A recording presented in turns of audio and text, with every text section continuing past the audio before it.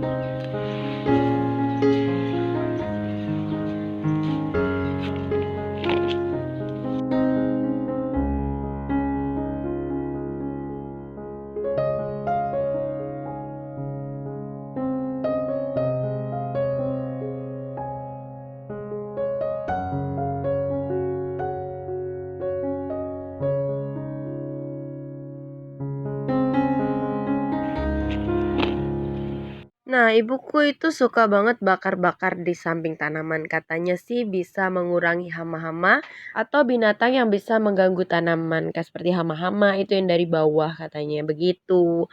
Aku sih nggak tahu. Cuma ya kalau lagi berkebun itu terus ada yang bakar-bakar kayak gini loh teman-teman. Bakar bekas daun kering, bekas kayu-kayu. Itu aromanya tuh ya teman-teman kayak kita lagi di kebun terus bakar-bakar sampah. Bakar-bakar sampah daun gitu teman-teman. Aromanya itu loh kayak di kampung banget, kayak di kebun. Ya seneng aja rasanya. Padahal ini bukan kebun, cuma halaman, cuma semenan di depan rumah. Tapi seneng rasanya teman-teman. Jiwa bolangku jadi meronta-ronta. Panen cabai kali ini agak lama. Bukan karena banyak ya teman-teman, tapi karena jaraknya tuh udah nggak dekat-dekatan lagi. Kalau dulu itu kan satu pohon itu buahnya banyak yang merah-merah, dan kali ini yang merah-merah itu udah agak jarang-jarang. Jadi satu pohon itu nggak banyak, terus pohon sebelahnya lagi cuma pohonnya rapat-rapat, jadi kayaknya masih dalam satu pohon. Padahal enggak ya teman-teman, beda tanaman. Cuma dalam satu pot itu kan aku tanamnya bisa ada yang 2, ada yang 3, tergantung potnya. Kadang juga ada yang mati, kadang ada yang bertumbuh sampai berbuah. Ya seperti itulah mamanya memanfaatkan lahan yang sangat-sangat terbatas ya teman-teman. Satu pot kalau bisa ditanam lebih dari satu, kenapa tidak? Begitu prinsipnya teman-teman. Pokoknya nanamnya nggak mau rugi.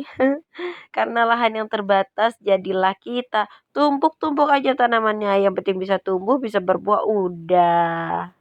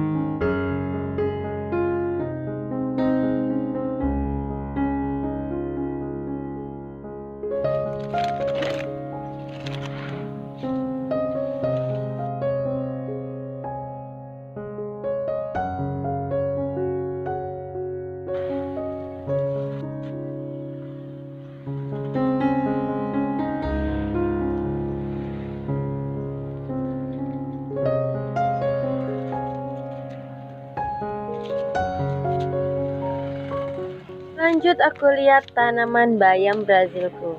Nah, bayam Brazil ini udah lama tidak dipanen. Kelihatannya dari jauh rimbun ya teman-teman.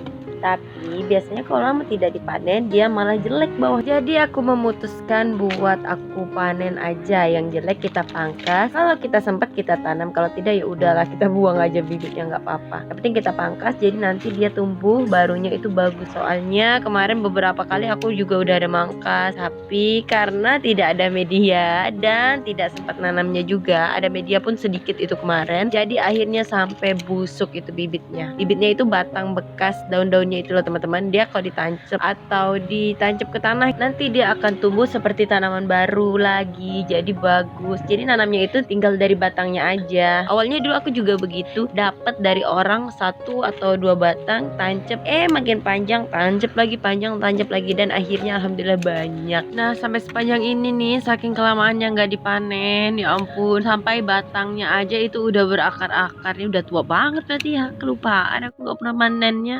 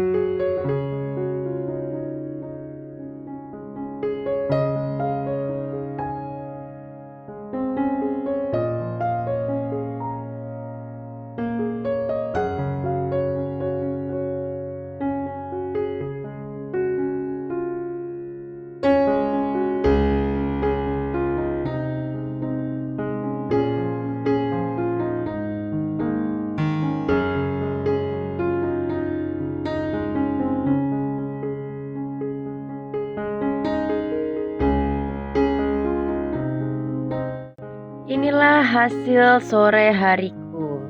Yuk kita intip berapa banyak. Nah, bayam Brazilnya dapat mungkin setengah tampah kecil. Terus ada cabai yang nggak begitu banyak tapi lumayan menggoda. Dan tadi siang atau sore gitulah, aku itu disuruh panen tepat di sebelah, panen sawo. Ini aku nggak sempat videoin karena aku manjat sendirian tadi. Dan inilah kebahagiaan belajar berkebun. Ya, hasil orang yang belajar berkebun itu pastinya tidak sempurna dan tidak banyak, cukup menyenangkan hati sendiri. Dan ini juga tadi sempat panen kencur, tuh ada nanam beberapa kencur, dan tadi sempat ngebongkar pot dan ambil kencurnya sedikit, dan beberapa batang kencurnya ini daunnya enak teman-teman, apalagi yang suka ngurap. Tahu nggak sayur urap itu? Kalau pakai daun kencur enak banget, aromanya itu khas jadinya. Dan yang bikin enak lagi, daun kencurnya nih bener-bener fresh, baru dicabut. Masya Allah. Sampai di sini vlog aku hari ini. Semoga menghibur. Terima kasih. Wassalamualaikum warahmatullahi wabarakatuh. Dadah.